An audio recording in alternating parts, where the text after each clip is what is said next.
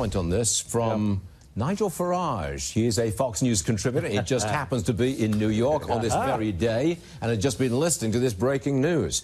Your reaction, please, Nigel, because, look, you're all about immigration. That's what you do. That's what you're based on, frankly. And now we have the president under great pressure, and he's got a fix. Yeah, but he says, look, I'm a parent, I understand the problems, this doesn't look good.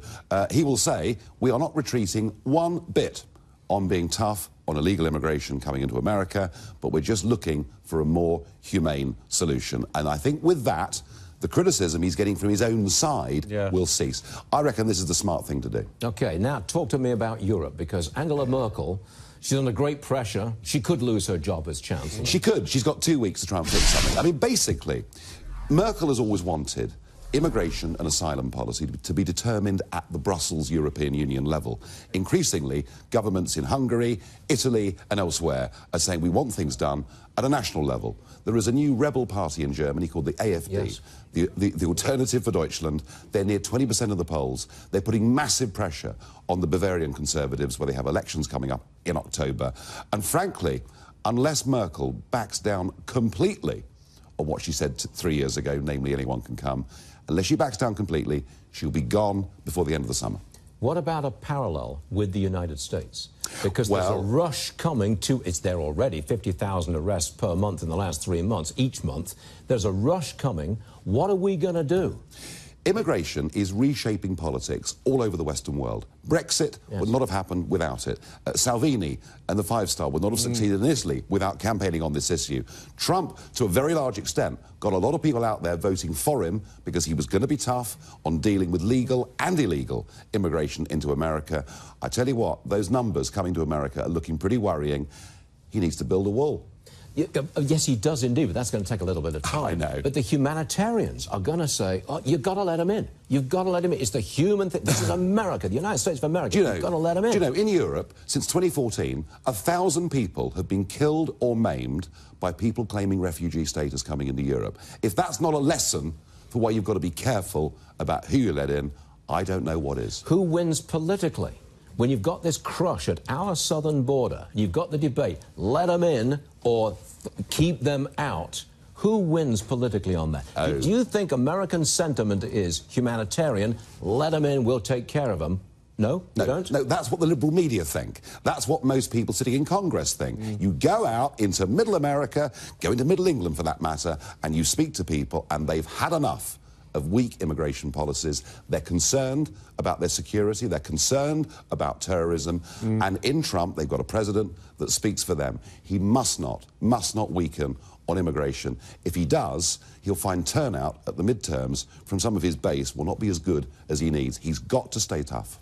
Last one. America withdraws from the UN Human Rights Council. You've got a big fat smile on your face. I love it. Nikki Haley, isn't she fantastic? I mean, you know, calling it a cesspool. Look, the whole thing is bloated, they're overpaid, they're hypocrites. On that council, purporting to stand for human rights, are regimes who behave appallingly towards their own people. They're deeply prejudiced against Israel. And it's about time somebody called out the UN. I love it. You know, if you're a visitor from Mars and you watch this programme, you think you're watching the BBC. You don't get opinions like that expressed on the BBC. I'm not allowed on, no. No, I am allowed on the BBC, but shall we say they use me very sparingly. Well, we're glad to see you with us, Nigel Farage. Thank you very much. And indeed, Mr Cameron changed the draft of his speech a couple of months ago on this very issue. What I expect to see are some cosmetic concessions, perhaps the Germans agreeing that maybe child benefit should not be paid to children living in other parts of Europe. But even if Mr Cameron later on today stands on the steps of Downing Street and says this is a great victory, it still won't work because the polls have made it clear they will veto it anyway. I do not believe that the British people can be bought off with anything less than the red line of us being able to control who does and does not come into our country.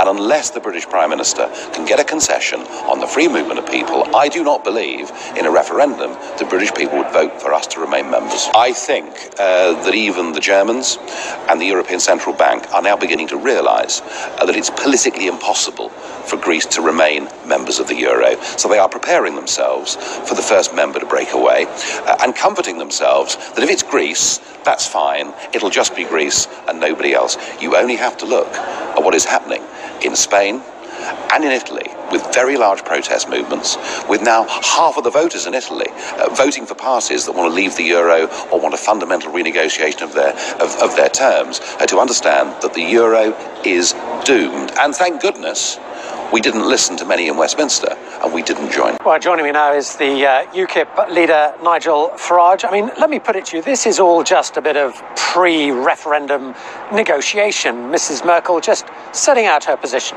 There is no negotiation. You know, I've spent over 15 years in the European Parliament, working in Brussels, and I can tell you there is a unanimity of view that these treaties are not to be unpicked in any way at all, and that the free movement of people is considered to be one of the most important elements of the European Union. The only country in Europe in which our politicians pretend there can be an a la carte menu is here in Britain, in Westminster. It's not possible. And so Mr. Cameron was pushed, I think, by UKIP's success in Clacton, into extending his renegotiating position into saying we should renegotiate free movement. It isn't going to happen. But let me put it to you, this is all bluff. At the end of the day, Germany would be deeply reluctant to see Britain leave the EU because it wants a country of similar political outlook inside the European Union. So they don't want us to leave. My experience of Brussels politics is that the Germans don't bluff. They're very straightforward. They really do say what they think. And Mrs. Merkel would rather Britain left the European Union than those treaties started to be unpicked. Once that process begins, the European project is finished, and she knows that. We hear now, though, that Mr. Cameron may try a different sort of approach, trying to stretch the existing rules as far as they possibly could go, saying perhaps that EU migrants coming here would have to have a job. Now, he could get a deal on that. Mr. Cameron will try and fiddle around at the edges. What he will not be able to do is to change the basic principle that nearly 500 million people, if they want, can come to this country. That isn't going to change. He'll fiddle around the edges and actually finish up satisfying neither side. Thank you, Mr. Terry Cabras. Now for 3 minutes we have Mr. Farage. We're embarked upon a course of almost unbelievable stupidity. The historic error made by Chancellor Merkel last year by saying all can come has led directly to this mess. And now we're being blackmailed by Turkey. First they came for 3 billion in a promise to reduce the numbers coming in to Greece and the rest of Europe. And of course, when the numbers increased manyfold, they came back for another 3 billion. And they will keep on coming back for more and more and more. As the British poet Rudyard Kipling observed of the Danish incursions into England. And that is called paying the Danegeld. But we proved it again and again that if once you have paid him the Danegeld, you'll never get rid of the Dane. And now they've got us over a barrel. This new deal, where for every one illegal migrant we send back, if our human rights laws allow it, they'll send us another one back from Syria. So the argument is, we paid them a fortune not to reduce numbers, and yet we've given in and we've said visa-free access for 75 million Turks from June of this year. In theory, they can stay for 90 days. In practice, many will disappear or, of course, claim family reunion. The numbers will go sharply up. And in return for all of this, we're now going to fast-track Turkey as a full member of the European Union. My goodness me, I wish that David Cameron was as good at negotiations as the Turks are. So we're going to go into political union with a country that's got borders with Iraq, Iran and Syria. We're going to go into political union with a country that is poorer than anybody else in the European Union and give free movement for 75 people, and join up with a government that is increasingly Islamist and authoritarian. The Turkish Prime Minister said this week, Turkish membership will be a turning point. Too right. The British Prime Minister has long supported Turkey being a member of this union. In fact, he's fought hard over 10 years for them to join. He doesn't bat an eyelid at the extra £500 million we will stump up to help fund this crisis. Well, this referendum in Britain is all about what is the safest option. And given that the boss of Europol says already there are 3,000 to 5,000 Islamist terrorists that have come into Europe using the migrant routes, it's pretty clear to me that a vote to remain is a vote for Turkey.